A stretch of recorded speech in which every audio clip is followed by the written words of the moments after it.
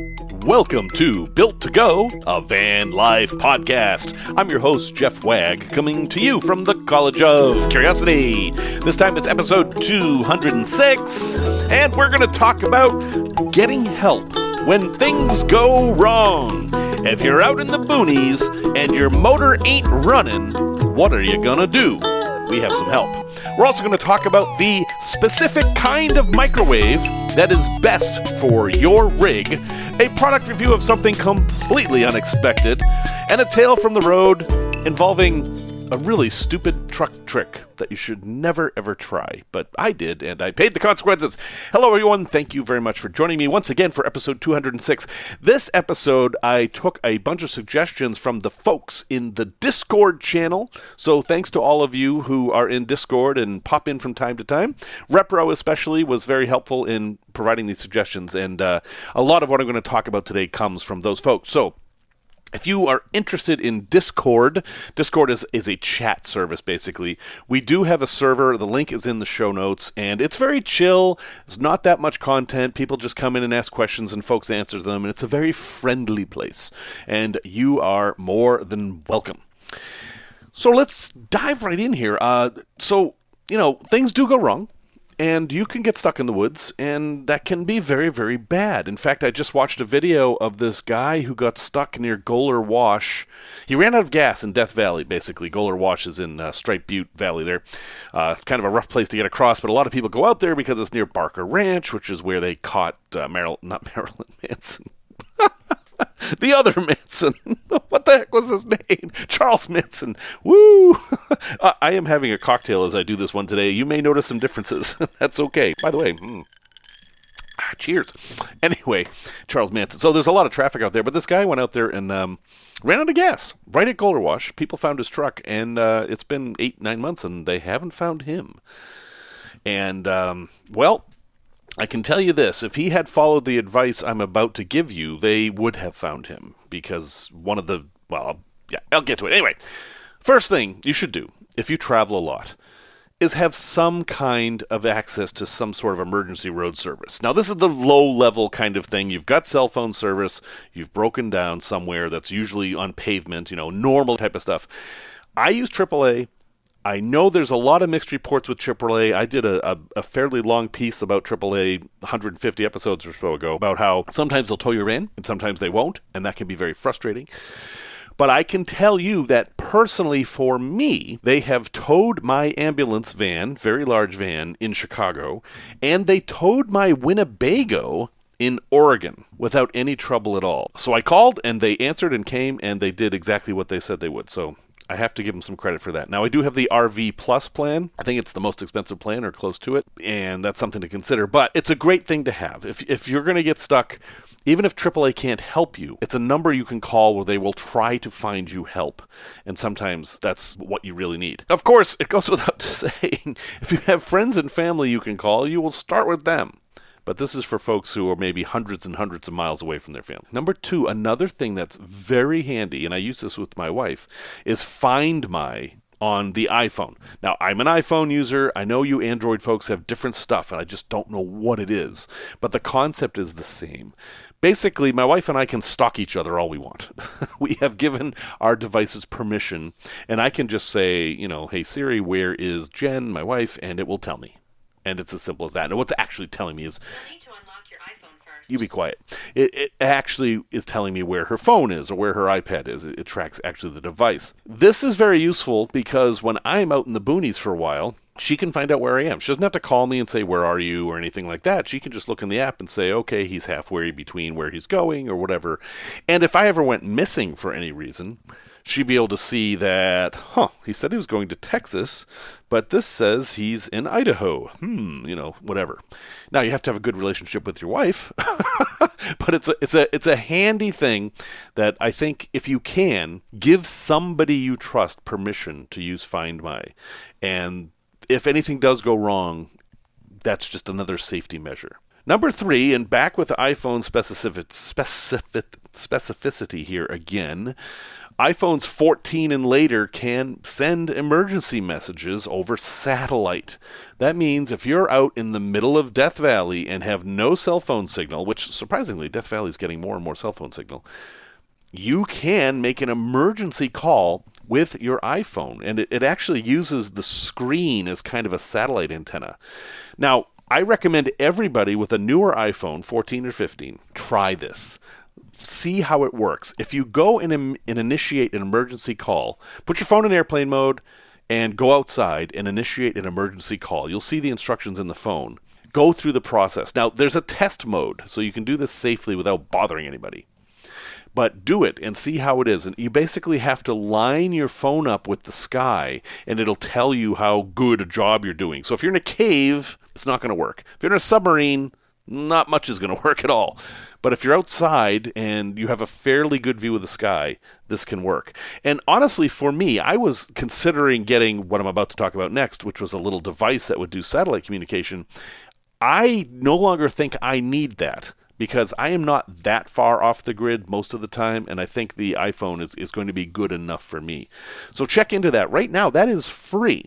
So you can use the service. The call is free. And caveat here, if you're in the U.S. and you use any of these SOS assistant devices that we're about to talk about, you can call somebody and they will come help you, but you're on the hook for the help. And that help could cost $100,000, depending on what it is. If they have to send a helicopter in there and there are people going to rappel down a mountain to get to you and haul you out in a stretcher, yeah, that's going to cost a lot of money. I recommend you don't care about that at that point. We're talking about saving your life here. But know that in the U.S., such services are billed to you. So this isn't something to use frivolously. I've been told that in other countries it's covered. It's just part of the social services that they have that we don't have in the U.S. But in the U.S., yes. Now, one of the things... Well, all right, let's get right into it. So number 4 is Garmin InReach, the Zoleo, the Spot. There's a number of these. Garmin InReach seems to be the most popular. And these are little devices that you carry that you can send text messages over satellite with them, and they have a special antenna. They're almost always connected to satellite. And I see a lot of people using these. I know Wonder Hussy has one. I know Foresty Forest has one. And they're out there, so I think that they should have them. Some of them have emergency modes, like they'll detect a fall, and the Apple Watch does that too. These are great. The problem is the cost. Talking about at least $300 for a Garmin InReach. You can get the refurbished ones for a little bit less. Some of the other ones, like the Spot, are a little bit less money. But it's not that. It's not the one-time cost. It's the subscription costs. They can be quite expensive. And then there's a cost per message cost. So I'm not going to get into all the different plans. But if you are looking at a standalone device that will let you communicate no matter where you are, make sure you understand the plans. This is especially important if you're the kind of person who will go out on a big trip once a year or twice a year and you're not going to use the device the rest of the year. Some of these don't let you stop your plan. And that's bad. You're paying for this even though it's sitting in your drawer. So make sure you look at those. Discord chat turned me onto this thing I'd never heard of before, and it's called Bullitt. Now, this is number 5. So that's Bullitt spelled Bullitt. And apparently this started off in Europe. And this is a little bit different. This is a satellite hotspot kind of a thing. It's like a box. And it uses your phone in conjunction with this box. So if there's cell phone access, it will use that. But if there isn't, it'll connect over satellite and let you send emergency messages, or you can send regular messages. And now this one I'll talk about the pricing for because it's so unique. For $4.99 a month, that's pounds, £4.99. I'm not sure what it is in the U.S., but under $10 a month, we can probably say, you get unlimited 24/7 SOS assistance. That means you can send messages anytime you want. It won't cost any extra to send the message. Again, the help may cost extra. But you can say, help, I'm lost in the woods, I'm standing next to my car, someone come find me, whatever. It'll send GPS location, and they'll ask you questions. You'll start that procedure. But that's only $4.99 a month. That's not bad at all. Now, this is not a device that you can use by itself. You have to connect to it with your phone, whereas the Garmin InReach is one device. So if you lose your phone or your battery's dead in your phone, this isn't going to help you. And with all of these, you've got something else that you have to charge. With this one, you have 2 things you have to charge. You have to charge your phone and it. But for the hardcore off-grid people, they have other plans that let you send regular messages. Like if you want to just chat with somebody, you can. For £10 a month, you get 80 messages for a month, which is more than enough to say, hey, sweetie, I'm okay. I'm sitting by the campfire. Everything's fine. That's a perfectly reasonable thing. And then for $30 a month, you get for £30 a month, you get 300 messages. And for $60 a year, or £60 a year, you get 250 messages per year. And honestly, that's probably where you should go. I mean, for £60 a year, you get 250 messages, which is more than enough to just check in periodically, and also get the 24/7 SOS assistance. So, I mean, I have not tried this thing, and it's just come out in the U.S., and it's coming out in the rest of the world. There are some countries you can't use it in because the U.S. has restrictions on accessing some of these satellites from places like India and Iran and Cuba and Georgia, the country, not the state, etc. So anyway, that's a pretty cool thing. And I'll have links to some of these things in the show notes if you want to try to find them. But this one is called Bullitt, Bullitt. I think if I were going to do this, I would be looking in that direction. And I ran into, number 6, by the way, I ran into someone in the parking lot of Menards, where you save big money. And he was asking about my rig, because this happens when you're driving around an old ambulance. And he saw the antennas on my roof. I've got 2 antennas on my roof. One is just the regular radio antenna, and the other is it's an old VHF antenna for when this thing was an actual ambulance. And I'm actually using it with a CB. Don't tell any of the radio guys, because using a VHF antenna with a CB is bad and dumb, and you don't want to do that. Yet here I am. Anyway, he asked if it was a ham radio antenna, which was a little odd to me because, no, it doesn't look anything like a ham radio antenna. But he started talking about ham radio, and he said, oh, yeah, you should really get into ham radio and stuff. And I have friends who do ham, and I like that you can call anywhere in the world with a radio just about. But I never really saw it as a resource, because most of the time what I see people using ham radio for is trying to contact whoever's farthest away. They send each other postcards and stuff, but it's not like you can listen to music or the news or anything like that. But he pointed out something I hadn't considered, which is that if you can get a hold of anybody on the ham radio and say, hey, I'm in trouble, that person is likely to have access to a phone, and they can call somebody for you or get help for you. And that made me think that, geez, a handheld ham radio can also be considered an emergency device. So now ham radio you still need a license for. You have to take a test. It's from what this guy told me, it wasn't that difficult. It's not like you need to memorize Morse code or anything like that. But something to consider. If you were thinking about messing around with ham anyway, ham can also be considered an emergency device.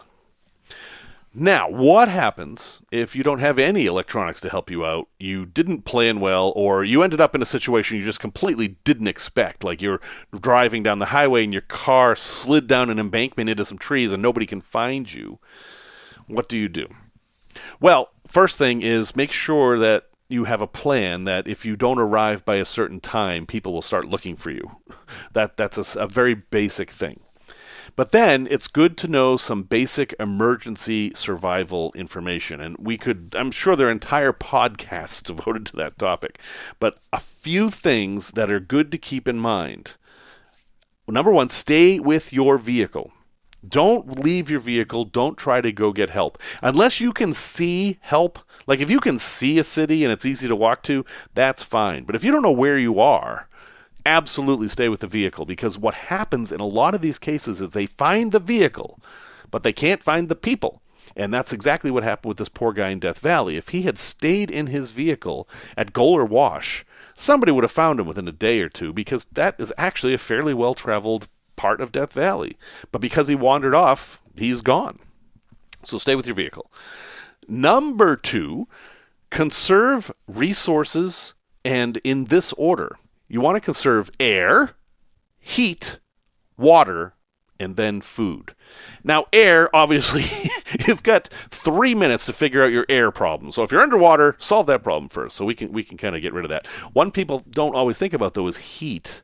You have to worry about heat. Heat is the next thing that's going to kill you. Lack of air is going to kill you first. Lack of temperature control is going to kill you second, whether it's too cold or too hot. do your activity when you're less likely to hurt yourself. If you're in the desert in the summer, don't do anything during the day. If it's the winter, don't do anything at night. That kind of a thing. Think about it, though. Think about your heat conservation because it is a resource. And from there, it's water and then food. The old expression is you can go 3 minutes without air, 3 days without water, and 3 weeks without food. That holds true pretty much. So think about those things. But very important, if you're trying to attract attention to yourself because you're lost, make 3 of anything that's visible. 3 fires, 3 piles of rocks, 3 piles of leaves, 3 X's in the dirt. That is the international symbol for I need help. Yes, you see SOS written all the time, but 3 of anything is really what's supposed to attract attention to you. 3 blows of a whistle, anything like that. So, again, you should probably take some time to learn some of this stuff on your own, aside from a brief mention in a podcast. But I just want to introduce you to the topics. So there's some ideas for getting help when things go wrong. I'm sure there are many others. And if you have a really good one, go ahead and share it with me, and I will let folks know on the podcast. Thank you to everyone who has supported this program at buymeacoffee.com/built-to-go. That's 2 T's, not 3, not 1. You have made it possible for there to be no ads.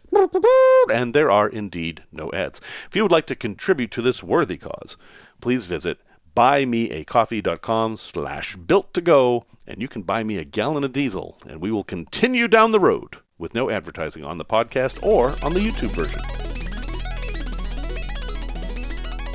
Tech Talk.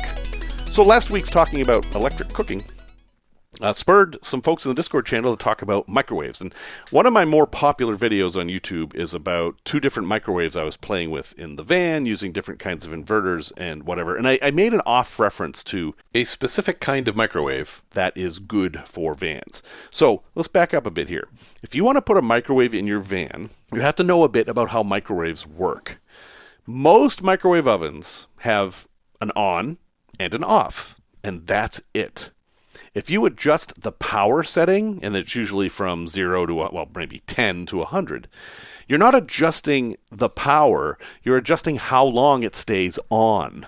And you can actually hear this if you run the microwave. If you run it at 100, it'll make the same sound the entire time. But if you run it at 50%, half the time, it'll sound different. And it's just because they're kind of dumb devices. They really aren't doing a whole lot. But there is a brand of microwave ovens that actually does change the power because the circuitry is different. They're called inverter microwaves, and I'm very sorry about that because we think of inverters as a specific thing, but forget that for a moment. Fortunately, only one company makes them that I'm aware of. It's Panasonic. But if you look at a Panasonic inverter microwave, what it does is literally lowers the power, so it will cook at a lower wattage. And you might think, well, what difference does it make? The difference is that if you have a marginal electrical system, this is going to be a lot less draw. So let's say, I'm just throwing out numbers here, they're not real. Let's say you have a normal microwave and it's drawing 20 amps. If you put it at 50% at 20 amps, it's going to draw 20 amps, stop, draw 20 amps, stop. And each time it gets to that 20 amps, it's going to do a surge and probably draw more like 30 or 40 amps and then go to 0. It's not a good way to draw power from batteries. It's a lot of stress on the wiring and the batteries, and you need a more robust system. With the inverter system, if let's say you want what would be 20 amps of cooking, well, you can set it down to say 10 amps and it'll stay at 10 amps the entire time. It'll take longer to cook, but who cares? We're not worried about the length of time in cooking here so much. We're worried about not making our system go into overload. So because of that, the Panasonic inverter microwaves are the best kind of microwaves you can have in a vehicle that's running a battery and an inverter. It's just the best kind of circuitry for your van.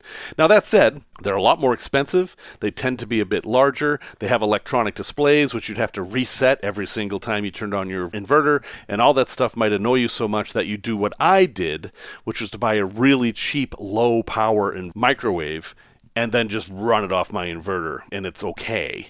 So that's a choice you have to make. But I did want you to be aware that they were these special microwaves that basically cook different than normal microwaves. And they are the Panasonic Inverter microwave. I will have a link in the show notes to explain those. Product review. Well, this is a product review that I never thought I would give, and here it is. Folks, I'm going to recommend to you a toilet brush. That's right. The thing you never knew that you needed in your van was a toilet brush. So, we have toilet brushes at home, right? I mean, if you clean your toilet, you probably do it with a brush. I don't know. Whatever you do is up to you. But I have a toilet brush by every toilet in our home, which is currently 2. And I wanted one for the Airstream. The Airstream has a porcelain toilet in it, and you clean it just like you would at any other toilet in a home. And I wanted a little, I just wanted a little toilet brush there so I could clean it. And what I ended up finding was a really nice, simple, easy to clean toilet brush that would work in vans very, very well. It is the spelling, Sellemer, Sellemer toilet brush. And it comes with a holder. And what's really nice about this is that it's very small. It actually collapses if you want to. You can unscrew the handle and make it really small. And by small, I'm talking about not much bigger than a deck of cards. And it comes with a holder. You attach it to the wall and you put the toilet brush in it. And it has a little thing at the bottom that helps dry it. And one thing that's really nice about this is it doesn't have bristles. It's flat and it's made out of silicone. So it can get in all the nooks and crannies, but then you can rinse it off and be pretty confident that it's clean because it's just basically little silicone knobbies. And because of that, I actually think it's ideal for van life if you're going to get a toilet brush for your van. Now, if you have a composting toilet, this is probably not what you're looking at because you don't want liquid to go into the bowl there, so you probably will have a different cleaning solution. But if you have a cassette toilet or if you have a black tank kind of toilet, this thing works great. Not only that, it comes in colors. Why, you can get rose gold or silver or white. Isn't that lovely? You can have it match. And yes, for the Airstream, which is all aluminum everywhere, I did get the silver because these things are important to me. Anyway, the good news is it's $12. It's not expensive. It's not going to break the bank. But if you've ever thought that you just wish you had a way to easily clean the toilet and something dedicated for it, well, take a look at this thing. It might help you out. Or it might be the most ridiculous product I've ever recommended, and we can just move on. Tales from the road. I'm almost positive I told this story before, but it's such a stupid story that I'm going to tell it again, and there is a little bit of a lesson here. So this is a don't do what I do kind of story. So let's see. I was driving a big truck in Boston, around Boston. Every morning I'd wake up, go to Chelsea, Massachusetts, and get a load of carpet, full rolls of carpet, in the back of my 26-foot box truck, and I would haul it off either to the Worcester, Massachusetts area or to Cape Cod.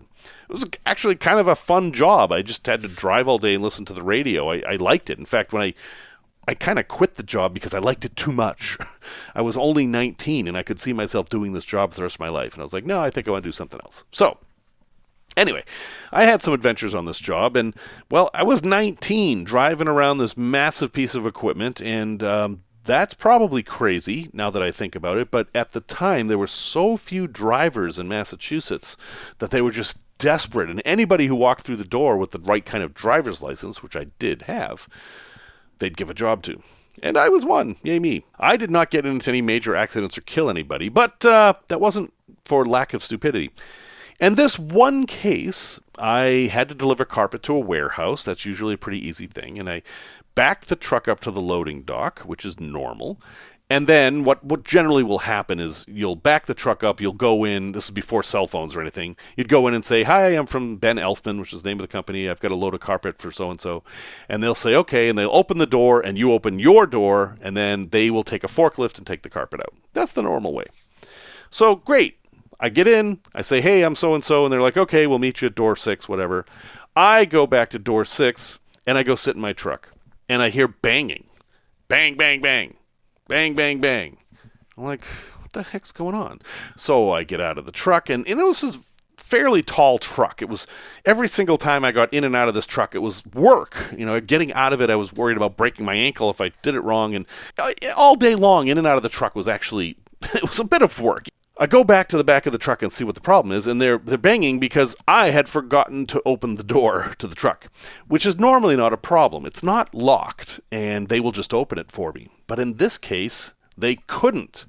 And the reason was kind of stupid. What I'm supposed to do is pull up near the dock, open the door, and then back up completely to the dock.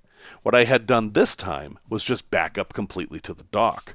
Now, these are like garage doors on the backs of these trucks, and the trucks are big. So when the door is up, there is a strap that hangs down so you can grab it to shut the door. What I had done by backing up with the door closed is pinch that strap between my bumper and the loading dock. So there was no way anybody was going to open that door without moving the truck. That's not the stupid part. The stupid part is how I decided to fix this problem. So you might think, being a rational person that you are, that I wasn't, you would get in the truck, pull forward a few feet, get out of the truck, and then open the door. See, makes sense, right? No. I, being clever 19-year-old, had a better idea. You see, this was a manual transmission truck. It had a stick shift and a clutch and all those things that Americans don't know what are anymore. But I did. I knew how to drive them, and I knew that if I put the key in the ignition and didn't start the truck, but just kind of bumped it, it would make the truck jerk forward if it was in gear, which it was.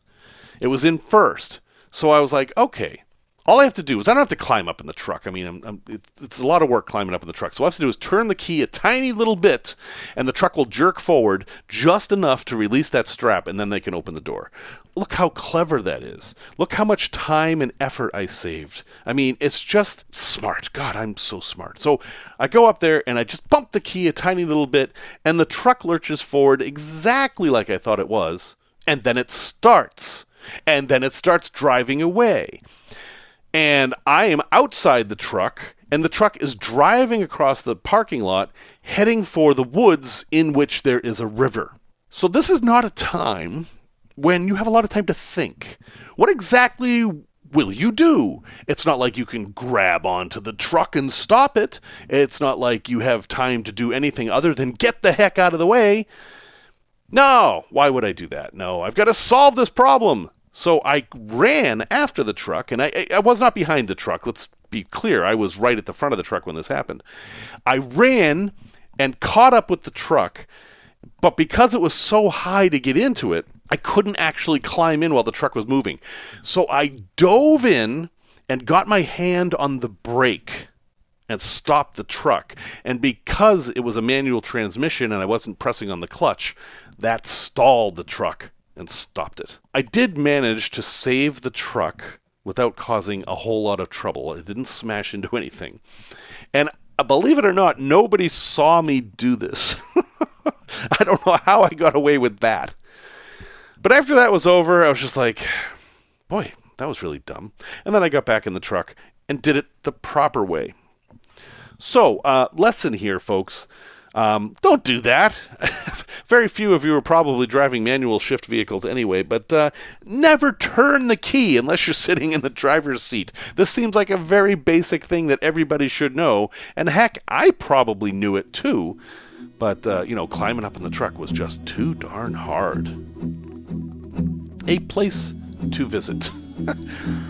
Okay. This place is Boston, okay? But it's not just Boston. This place is Scandinavian Boston, although it's a little bit more complicated than that.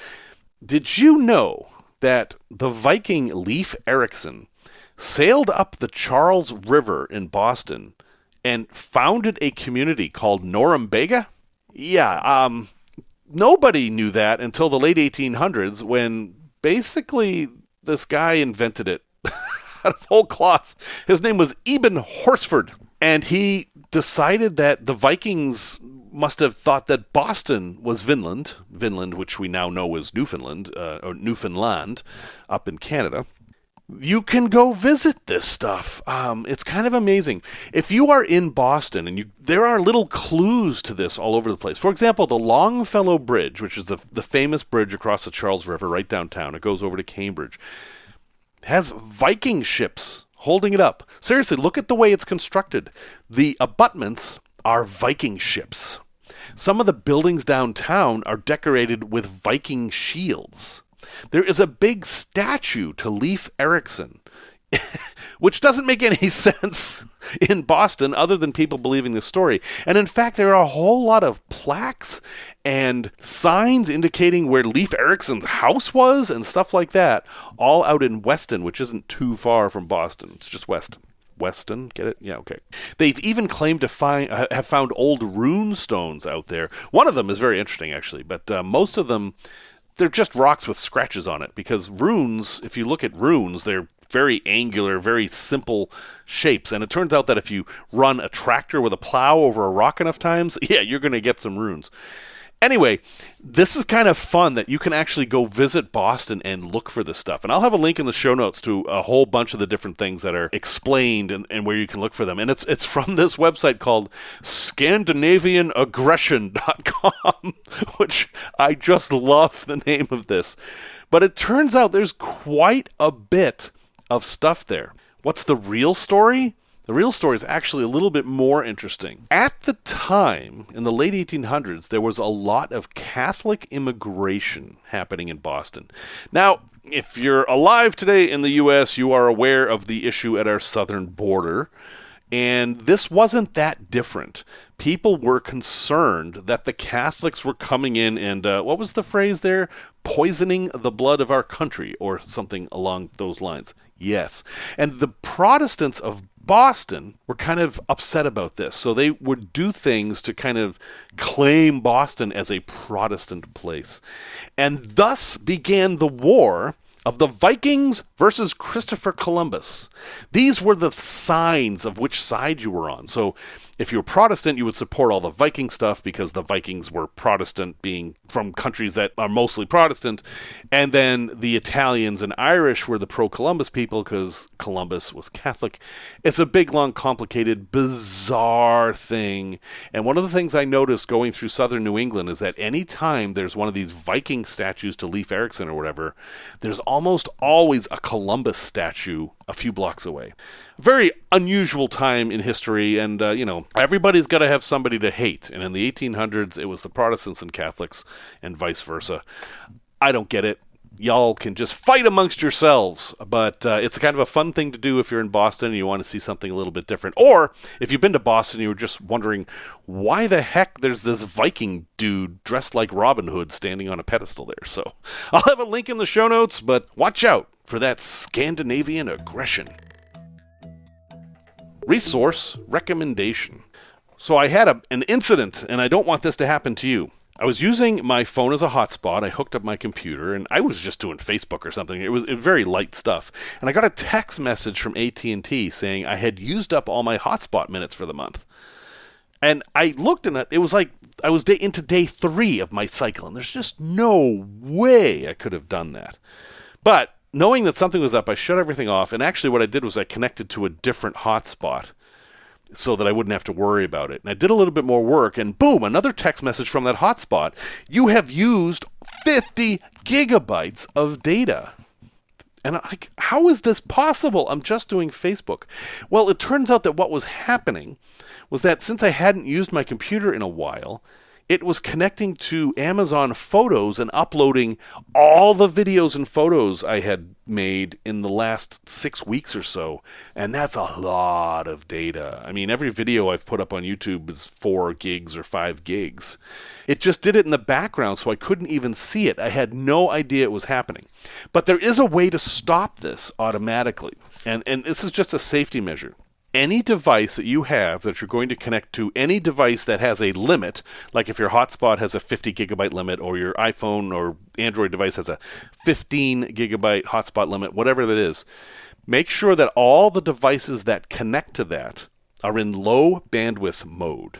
Now on the iPhone, you can go into settings and search for low bandwidth mode, and it will tell you how to do that.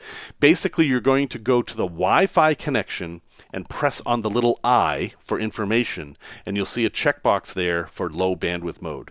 What that does is it turns off all background activity, or at least most. It turns off anything that's going to have a big download. Your apps will stop updating.